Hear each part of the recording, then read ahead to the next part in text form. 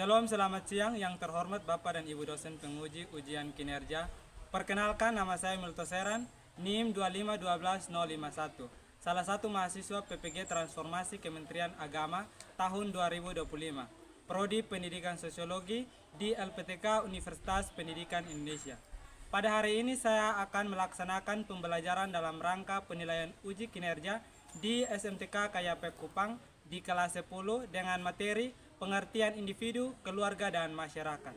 Silakan menyaksikan. Selamat siang anak-anak. Siang. Ya, apa kabar hari ini? Baik. Baik. Ya. Sehat? Sehat. Doakan dulu kami. Oke, satu pimpin kita dalam doa.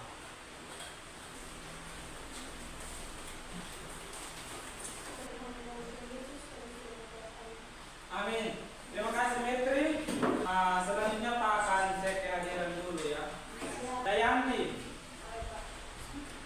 Deci, Delvita, Deltria, Dina.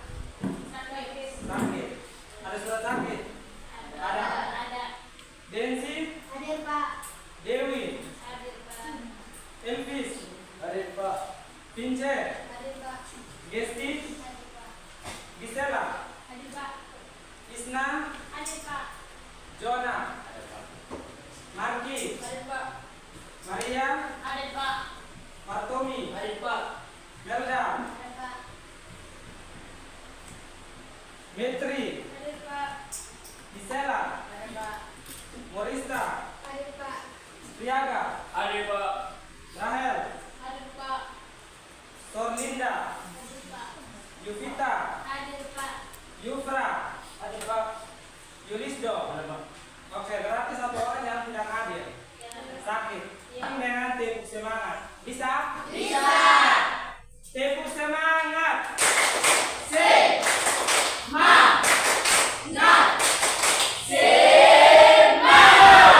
Oke, tepuk tangan dulu. Kasih senyuman yang manis. Supaya Pak pas mengajar itu semua muka dan murung. Pak semangat kasih materi hari ini. Bisa? Bisa. Kamu senyum. Oke. Itu Pak mau tanya, kalau biasa kita di dalam rumah itu ada apa-apa saja? Bapak, Bapak, Mama, Mama, adik, itu yang disebut dengan apa? Keluarga. Keluarga. Jadi hari ini tentang pengertian individu, keluarga, dan masyarakat. Ada yang tahu kok pertemuan kita minggu lalu materinya tentang apa? Materi tentang manusia sebagai makhluk individu dan Makhluk? Iya. Jadi itu materi minggu lalu ya? Ya. Makhluk individu itu makhluk yang bagaimana? yang satu orang. Kalau makhluk sosial? Membutuhkan banyak orang. Membutuhkan banyak orang. Ya. Tujuan pembelajaran kita hari ini yaitu siswa mampu menjelaskan konsep dari individu sebagai unit terkecil dalam masyarakat. Yang kedua, siswa dapat menganalisis peran dan fungsi keluarga sebagai institusi sosial pertama. Yang ketiga, siswa dapat memahami pengertian dan karakteristik masyarakat. Dan yang terakhir, siswa dapat mengidentifikasi hubungan timbal balik antara individu, keluarga, dan masyarakat. Pak akan menampilkan satu video. Nanti kalian amati videonya, terus tulis hal-hal penting yang ada di dalam video tersebut. Bisa? Bokap nyokap gue cerai. Mereka selalu berantem karena bokap gue selalu mabuk. Dari situ gue mulai mencari teman-teman gue yang bisa menemani gue jika gue sedih dan bisa menenangkan beban yang ada di dalam hati gue. Namun itu semua tidak ada gunanya. Pertama kita lihat video. Sudah lihat tadi video. Nah sekarang kamu tanya, apa perbedaannya orang perorangan dengan kelompok orang? Dari ini nama ini siapa tadi? Orang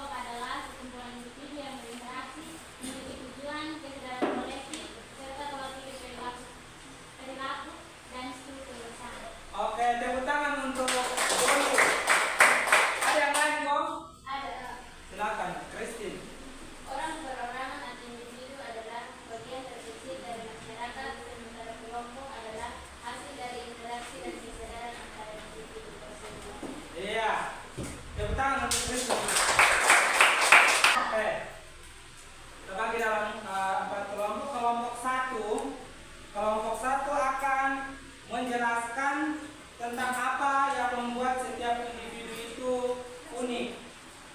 Kelompok 1. Kelompok 1 yang mana? Mau yang dari kelompok 1? Kelompok 1 ini. Kelompok 1 nanti menjelaskan apa yang membuat setiap individu itu unik. Kelompok 2, mana kelompok 2 yang menjadi kelompok 2? Oke, kelompok 2 bahas tentang mendiskusikan fungsi-fungsi keluarga dalam kehidupan. Kelompok 3, oke, kelompok 3 nanti mendeskripsikan ciri-ciri masyarakat. Kelompok 4 nanti membahas tentang mengidentifikasi hubungan timbal balik antara individu, keluarga, dan masyarakat. Bisa? Bisa. Oke, jadi Pak kasih waktu untuk kalian berdiskusi untuk mencari tahu materi baik di internet, di koran atau di majalah, paling kebanyakan di internet. Silakan cari materinya untuk dipresentasikan. Silakan.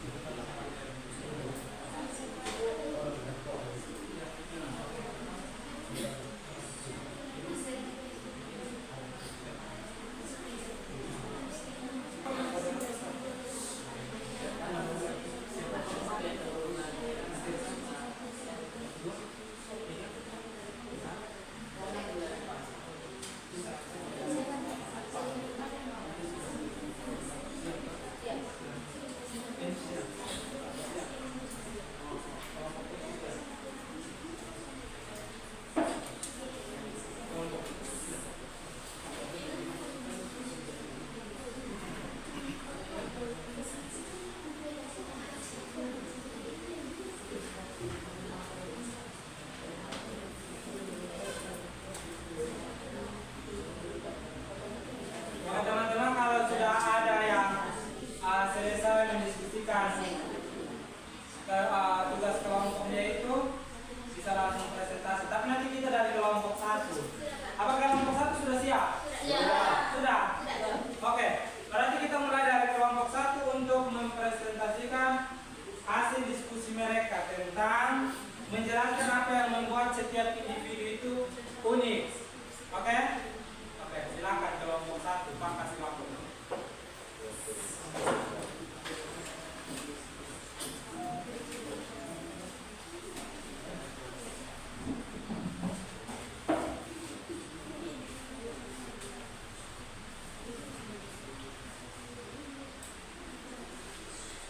Oke, silakan kelompok 1. Baik, terima kasih atas kesempatan yang diberikan kepada kami untuk mempresentasikan hasil diskusi kami. Baik, kepada setiap individu ini karena kombinasi untuk dari faktor genetik, pengalaman hidup, lingkungan, nilai-nilai, bakat, minat, dan cara berpikir yang membentuk identitas mereka. Faktor-faktor ini membentuk ciri fisik, emosional, dan intelektual yang khas pada setiap orang, membuat tidak ada dua individu yang benar-benar sama di dunia. Faktor-faktor yang membentuk keunikan individu, genetik dan biologis. Setiap orang memiliki susunan DNA dan sidik jari yang berbeda, menciptakan dasar fisik yang unik. Yang hidup berdasarkan pendidikan dan peristiwa yang dialami setiap orang selama hidupnya membentuk cara pandang dan kepribadian mereka sendiri.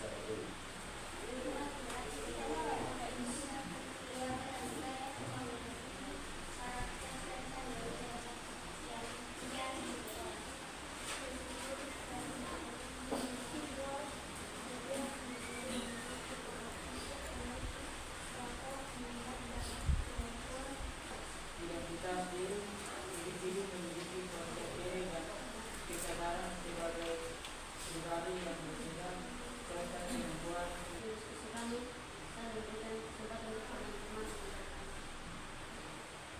Oke, silakan kelompok Tia Christine. Terima kasih penjelasan Kepala. Di sini saya ingin memberikan pertanyaan kepada kelompok 1. Apa itu individu unik yang unik? Individu berasal dari kata Latin individuum yang berarti yang tak bertanggung. Bagaimana Christine bisa terima jawaban dari kelompok 1? Bisa. Oke, mari kita beri aplaus untuk kelompok 1. Mungkin ada lagi yang mau bertanya kepada kelompok 1 tentang mengapa sehingga individu itu disebut sebagai makhluk yang unik. Kenapa individu itu disebut unik? Pas, oke. Sekarang Pak minta kelompok 1 untuk menyimpulkan hasil diskusi. Baik, saya akan menyimpulkan diskusi kami. Memahami keunikan setiap individu tersebut untuk menghargai keberagaman manusia.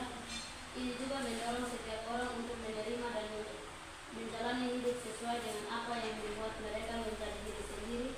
Karena menerima diri adalah kunci untuk menjadi pribadi yang benar-benar unik. Sudah? Oke, sekarang kita beri aplaus untuk kelompok 1.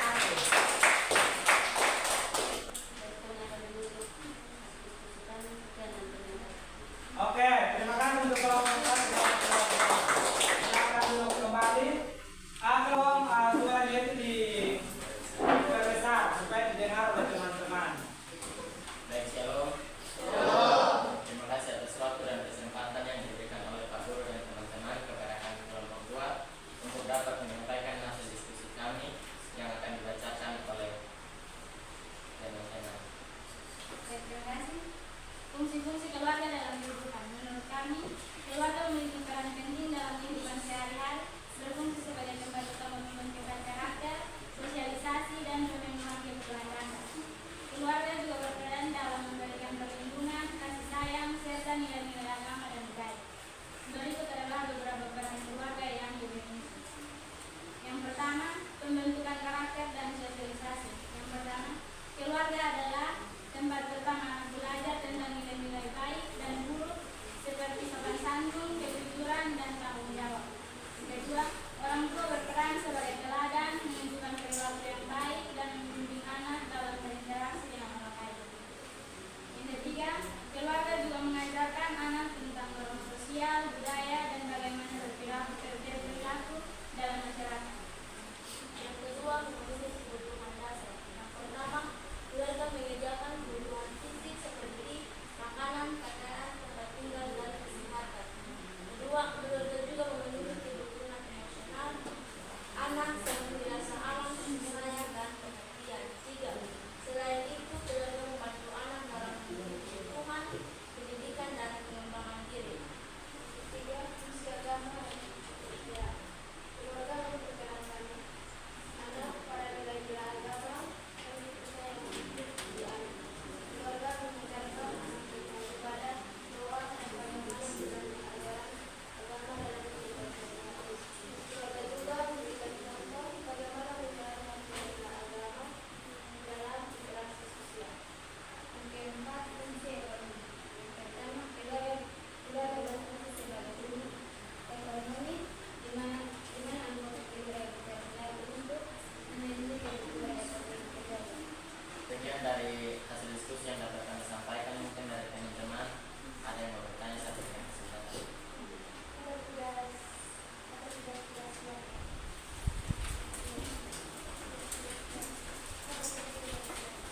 Pertanyaannya, apa tugas-tugas dari keluarga? Misalnya tugas ayah itu apa, tugas ibu itu apa, dan tugas anak itu apa? Terima kasih. Saya menjawab pertanyaan dari Kak Delvin atau kelompok 3. Fungsi ayah itu melindungi, fungsi ibu menyayangi, dan fungsi anak itu menerima kasih sayang dan perlindungan sebagai keluarga. Bagaimana dia bisa terima?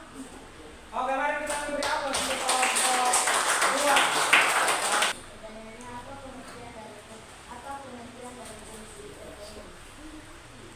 fungsi ekonomi dalam keluarga. Ya seperti itu ya, fungsi ekonomi dalam keluarga. Terima kasih. Izin saya menjawab pertanyaan Mbak Desi. Fungsi ekonomi. Keluarga berfungsi sebagai fungsi ekonomi di mana anggota keluarga bekerja untuk menjadi suami dan keluarga. Bagaimana? Diterima? Oke, mari kita beri aplaus lagi untuk kelompok kedua. Baik, terima kasih kepada teman-teman yang telah bertanya kepada kami kelompok 2. Dan di sini saya akan menyampaikan kesimpulan dari hasil diskusi kami, yaitu dengan menjalankan peran-peran ini dengan baik, keluarga dapat menciptakan lingkungan yang sehat dan harmonis bagi seluruh anggotanya, serta memberikan kontribusi positif bagi masyarakat secara luas. Kelompok kedua silakan duduk kembali dan terima kasih.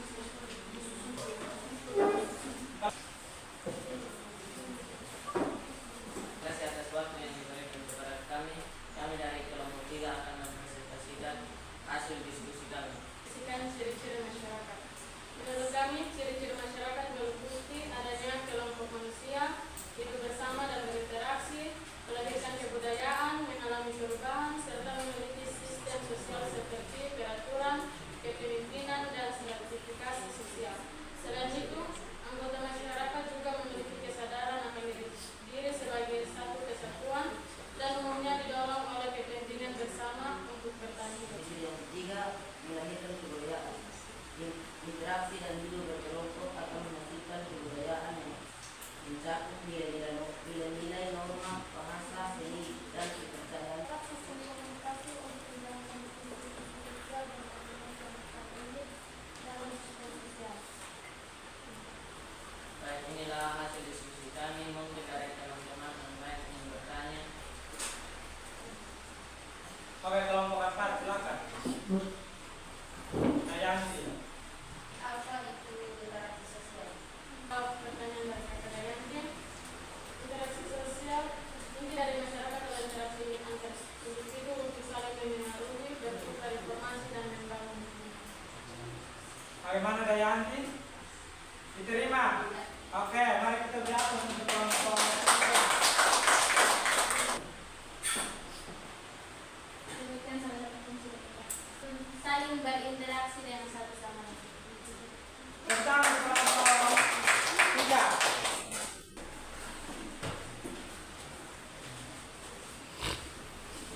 Kesempatan yang diberikan kepada kami untuk mempresentasikan hasil diskusi kami kelompok 4 kepada materi waktu dan kesempatan saat ini.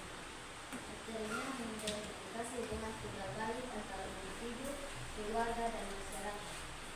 Hubungan timbal balik antara individu, keluarga, dan masyarakat bersifat dinamis dan saling bergantung.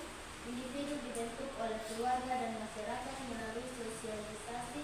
Keluarga berfungsi sebagai unit dasar dan perantara sosial bagi individu, sedangkan masyarakat bergantung pada individu dan keluarga untuk berfungsi membentuk tatanan sosial dan mempertahankan kebudayaan. Saling pengaruh ini terjadi melalui interaksi sosial di mana individu dan keluarga berkontribusi pada struktur dan nilai-nilai masyarakat dan masyarakat menyediakan dukungan serta aturan bagi perkembangan individu. Kedua, peran masyarakat individu dan adanya teknologi sosial dan perkembangan masyarakat. Yang ketiga, sosialisasi awal. Keluarga memberi lingkungan pertama individu untuk belajar dan mengembangkan perasaan sosial seperti kepercayaan dan kerjasama yang berjalan di bawah individu masyarakat. Ketujuh, yang keenam, unit dasar masyarakat. Keluarga adalah kelompok terkecil dalam masyarakat menjadi tempat individu pertama kali berinteraksi. Melakukan fungsi sosialisasi. Keluarga berperan penting dalam membentuk dan mengembangkan individu menjadi anggota masyarakat dan berinteraksi. Yang ke-9, membentuk individu. Melalui interaksi dan peran masing-masing anggota keluarga membentuk karakter dan kepribadian individu. Yang ke-10, peran masyarakat. Memberi dukungan Masyarakat memberi dukungan yang dibutuhkan individu untuk hidup dan berkembang. Kedua, pengaturan sosial. Masyarakat mengatur perilaku anti manusia melalui aturan dan adat istiadat. Yang ketiga, memelihara kebudayaan.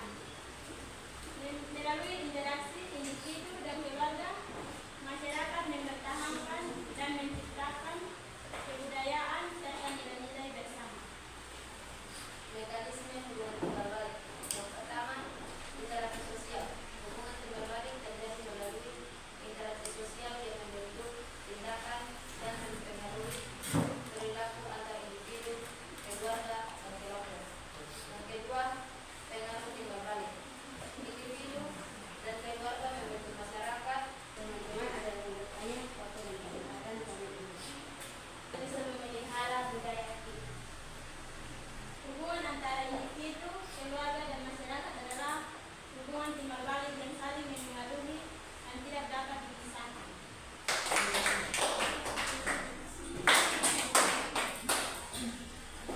Satu tentang mengapa individu itu unik ya. Jangan lupa tulis nama-nama kelompok. Terus di situ ada pilihan ya atau tidak. Kalau misalnya tahu jawab, berarti pilih ya dan kasih alasan jawabannya apa. Kalau misalnya tidak tahu jawab, berarti tulis tidak dan kasih alasannya mengapa tidak tahu jawab. Bisa? Bisa.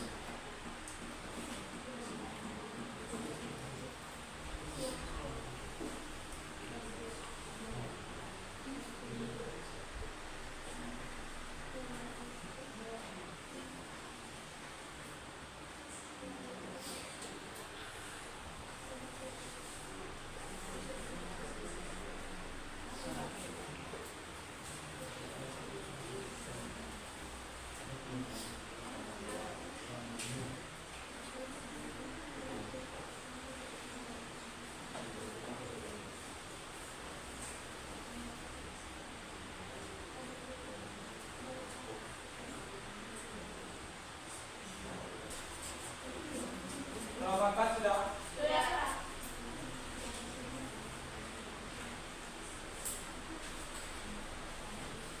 oke.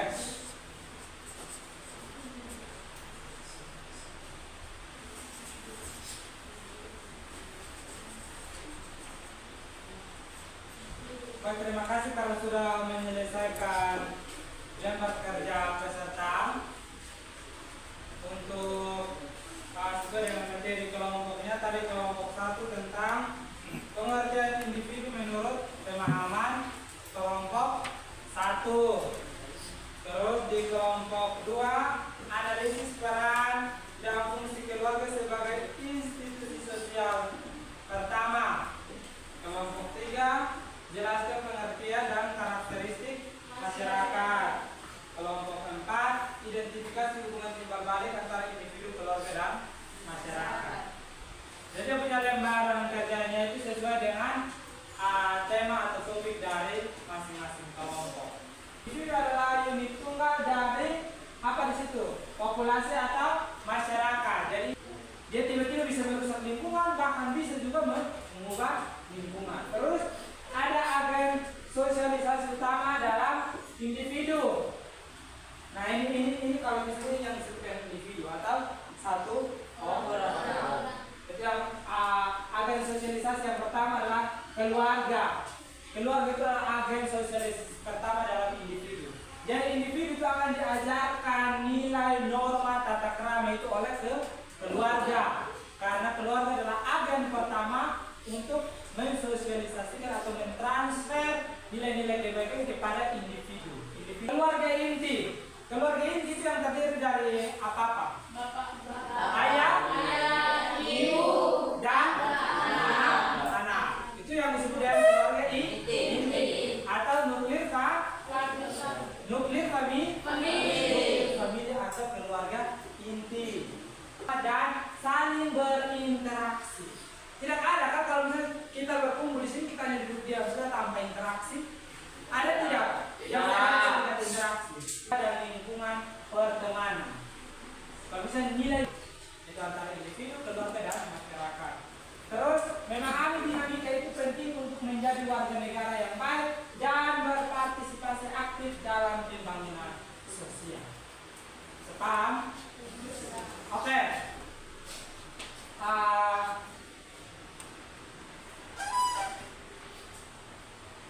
Jadi materi penjelasan dari Pak sekian sudah sampai sini. Jadi mungkin dari materi kita hari ini ada yang paham mengertinya di mana tentang atau ada yang belum mengerti. Ya, masyarakat kenapa? Masyarakat adalah kumpulan individu dan kelompok yang saling berinteraksi dan berbagi budaya, wilayah serta lembaga sosial seperti sekolah, pemerintah dan ekonomi. Iya, tepuk tangan dulu untuk kelompok ini. Ada lagi? Silakan. Satu-satu. Ya. Ya, keluarga besar apa? Melibat lebih dari satu generasi yang tinggal bersama atau dalam satu kompleks perumahan, misalnya keluarga inti ditambahkan kakek nenek, paman dan sepupu. Ini lebih umum di masyarakat dan pada perusahaan. Oke, tepuk tangan dulu. Oke. Terima kasih karena sudah ikut berpartisipasi dalam kegiatan dan materi kita hari ini, dan terima kasih juga yang sudah mengambil bagian dalam kelompok menyampaikan materi. Tepuk tangan dulu untuk kita. Silakan, manusia teknologi. Siap. Baik, kita akan tadi kita mengawali kegiatan kita dengan doa. Kita akan mengakhiri juga kegiatan kita juga dengan doa. Tapi sebelum itu kita buat dia satu kali. Tepuk semangat ya. Oke. Tepuk semangat.